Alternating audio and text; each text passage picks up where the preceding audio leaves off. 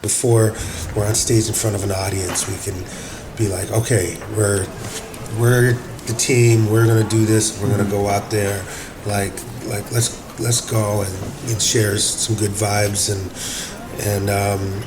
then I feel like that gives us more intent.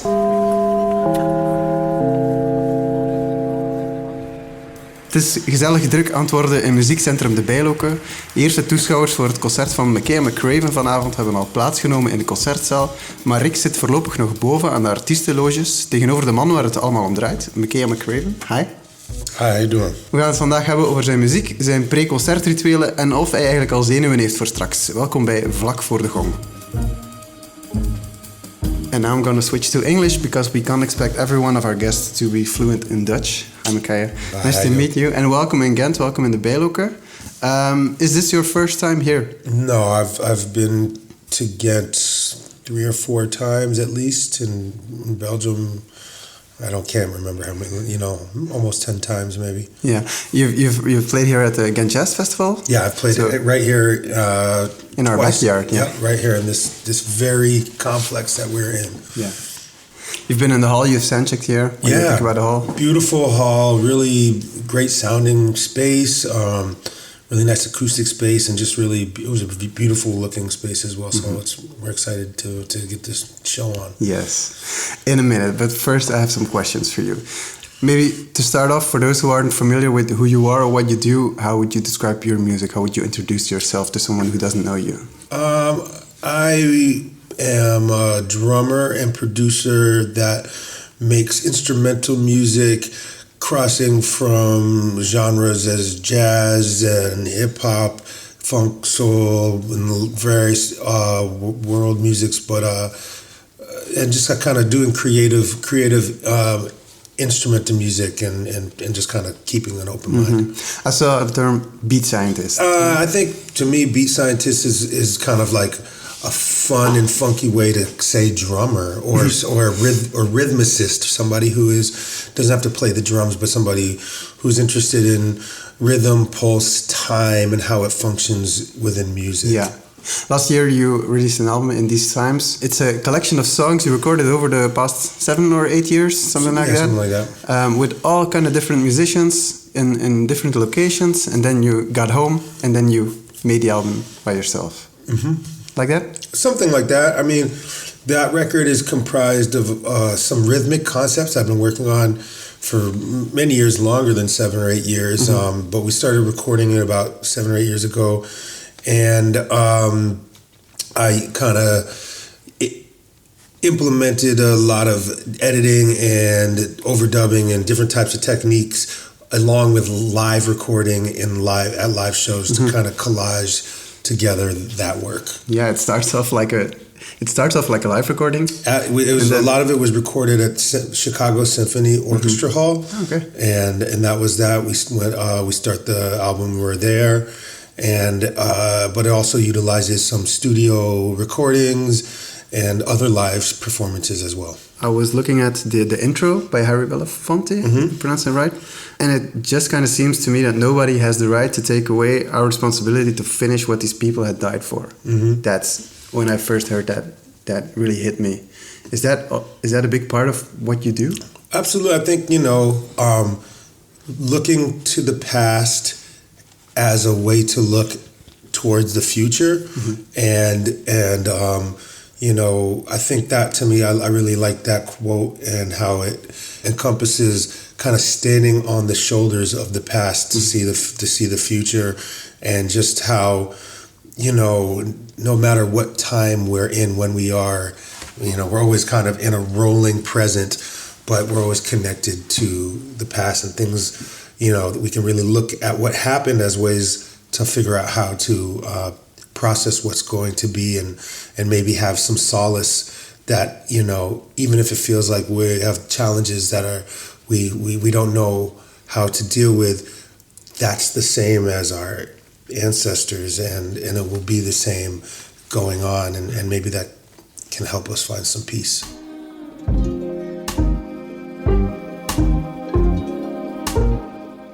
It's almost 7:30, so maybe let's start to talk about your pre-concert rituals, because that's what this podcast is all about. You're currently on tour, am I correct? Mm-hmm. So I feel that's different than playing in your hometown. Yeah, well, yes and no. I mean, I think playing a concert anywhere, there are certain similarities in what's happening in the process. Just when you're on tour, we're moving really fast, so you don't have as much time maybe to just be in your own space and be comfortable. Mm-hmm. And I think as you're touring, you're always trying to find times to be comfortable and have like a pause and some rest. Mm-hmm. You arrived in Ghent here earlier today, so this morning. Actually, yeah, I think we just landed before noon. We landed maybe around 9:30 in Brussels, and we were here by 10:30ish. Yeah. So you had some time to check out the city, or did you mostly spend it? No, I spent my time at the hotels. Yeah. The hotel's quite nice, and we were really tired. We left Stockholm at 4 a.m. Yesterday after playing a concert, and so not much time to sleep and be healthy, mind, body, and spirit. So whenever you have a chance to take a moment to rest and be like a regular human being, is a positive moment, particularly if you're expected to perform and put your best self out there for the audience every night. Mm-hmm. Is it difficult to maintain some kind of a regular rhythm when touring? Absolutely, it can be difficult because you're always moving. Your schedule isn't fixed. The schedule is very fluid, and you're always changing, and there can be very unreasonable schedule, and there's a lot of running from this place and got to be here on time, got to go on the fast-paced thing, but there's also can be a lot of moments where you just stop and you have nothing to do for 2 hours or 2.5 hours, and that sometimes is nice, but sometimes also you have nothing to do for 2.5 hours, but you're not in the comfort of your home. You don't maybe have all your favorite books with you or whatever you might want to do with that time. So it can be a lot of hurry up and wait moments. And so I think when you're on the road, it's important to have some things that you can turn to that feel grounding or just give you a little peace, and also being out with people that you enjoy their company is really helpful. Especially maybe because you're in Europe, and I think there's a 6 to 8 hour delay with Chicago. So yeah, I mean, time differences can be difficult. I mean, that can be something to just also being in touch with your family back home or your loved ones or whoever that may be. But on this tour, I mean, we started some gigs in the States, then we went to Canada, then we went to Sao Paulo, which is the same time zone, but then we went to Australia, and that's a far different time zone, and we were there for a week before we came to Johannesburg, which is probably similar time zone as here, and then we've been in this time zone for almost 2 weeks, at least 2 weeks now. But there's still been some rigorous travel. So, time zone isn't the only thing. You can, with the late nights and the early lobby calls and the strange sleep schedule and just moving every day, sometimes time zone stuff and jet lag can become a wash. And it doesn't even really matter. You're just tired no matter what. Yeah. And do you find it difficult? Because of course, when you're touring, everything is related to that 1.5 hour on stage. That's the highlight of the day, every day. Do you find it difficult to focus on that specific moment? Or when we're in a routine. I mean, like, we know the shows are coming. People are experienced. We've done this a lot. We know that that's going to happen, and so then it's more like you try to focus your energy on like certain things throughout the day that you can do to like bring yourself peace and quiet, or have a nice day, have a nice meal somewhere, see something in a city that you haven't seen. I mean, in the case of touring around Europe, I mean, we've been doing this for a while, and we've been in a lot of these cities many times. So you might have a favorite place to go or a friend to meet up with or something like that.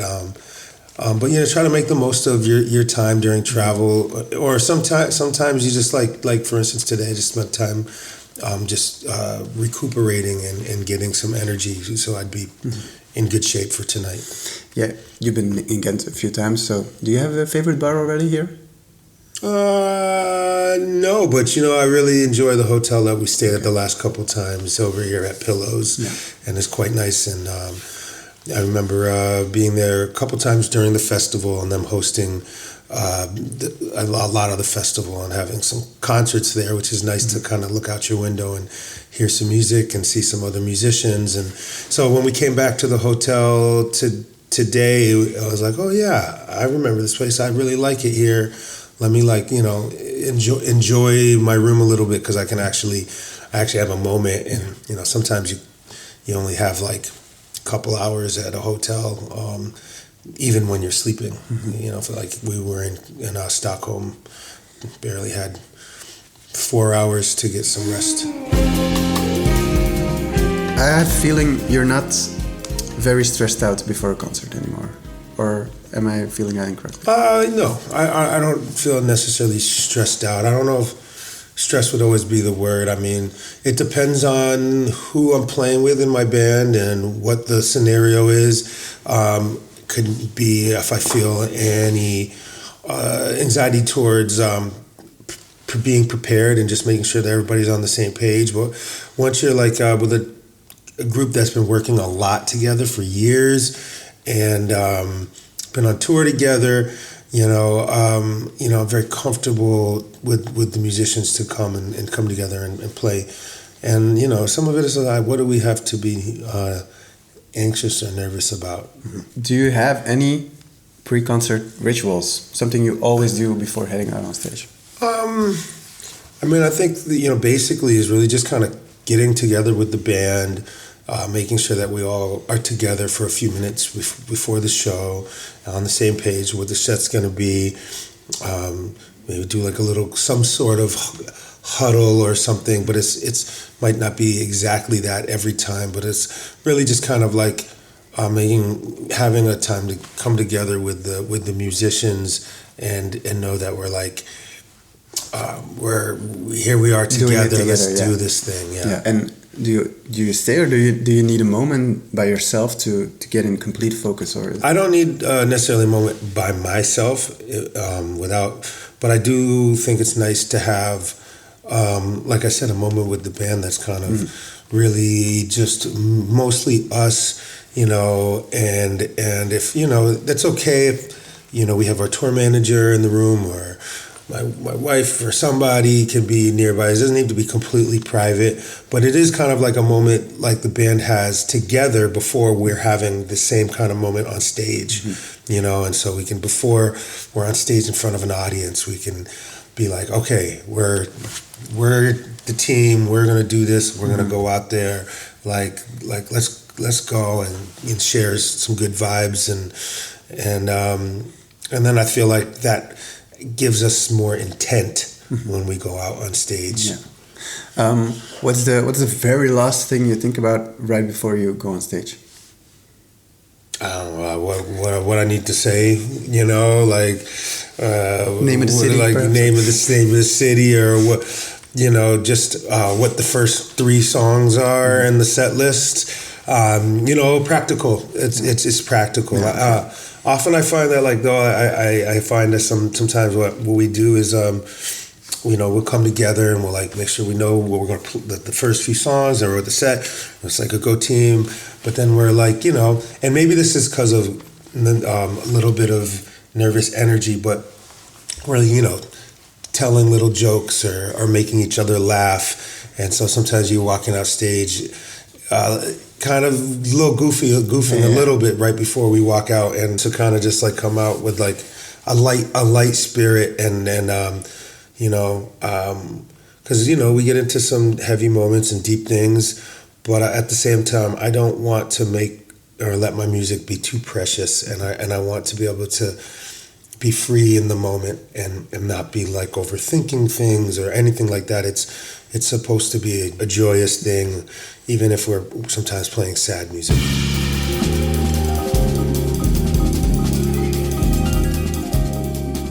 Inevitably, the concert is going to end sometime later tonight. Hope so. Yeah. Are you still hyped up after a concert? Difficult to sleep, or can you? I'm definitely at a heightened and elevated energy level after the show. I tend to put a lot of energy out when I play. I often need a moment to cool down, and I'll be sweaty and want to change my shirt.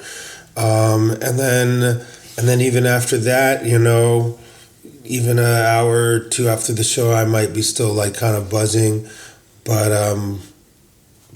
yeah, I definitely have you feel all the energy after the show, but at the rate we're moving and traveling, you're still tired. Yeah, enough to go to bed. There's not a lot of time to come down because tomorrow you're going to Brussels. Yeah, but then afterwards Holland, France, Portugal, and Spain. Yeah, so our travel coming up should be relatively manageable, and I'm not that worried about it. Actually, looks like decent routing for us. Yeah, Brussels Ghent is half an hour without traffic. So. Yeah. So you have to keep on going to Brussels and so forth. I won't stop you, but if you could stay in Ghent and if you could choose any concert of the artists that are playing this season in De Bijloke, which one would you choose? Would you like to attend? Well, I was kind of passing through the brochure there, and I came up to a great young musician and collaborator of mine, Joel Ross, and it's really exciting to see him out here touring the world and doing so well. And he's, I first met him, he was a student, and I was giving a master class, but over the time, I'm the one who always feels like maybe I should ask him for a master class, and it's just amazing to see his rise and just how good of a cat he is in general. And so I'd love to see his large ensemble and some of his bands play, especially get to see him play original music overseas to the audiences out here. Would be a cool thing that I haven't got to experience yet. Yeah, because he played with you in London, I think. He just played with us in London. I think it was the end of his tour, and he stayed we were, longer. And we've been talking. We were talking a little bit about how his tour went and these things, and I haven't got to see him really doing his thing like that out here yet. And so if I had the opportunity to see that here, that'd be dope. See some friends on the other side of the ocean. Yeah, that's always fun. Okay, Makaya, thanks a lot for this conversation. I'm gonna leave you be because the concert is gonna start in exactly 18 minutes. Thanks a lot. Enjoy the concert. Right. Groot applaus voor Makaya McCraven, die in een uitzonderlijke trio-bezetting ons muziekcentrum aan Vlaarden heeft gespeeld. Check dus zeker zijn recentste album In These Times. En ben je benieuwd wie er nog allemaal langskomt in Muziekcentrum De Bijloke? Check dan zeker onze website www.bijloke.be voor de volledige concertkalender. De muziek die je vandaag hoorde is Makaya McCraven's This Place, That Place, ook van op In These Times. Dit was Vlak voor de Gong. Bedankt om te luisteren en tot de volgende keer.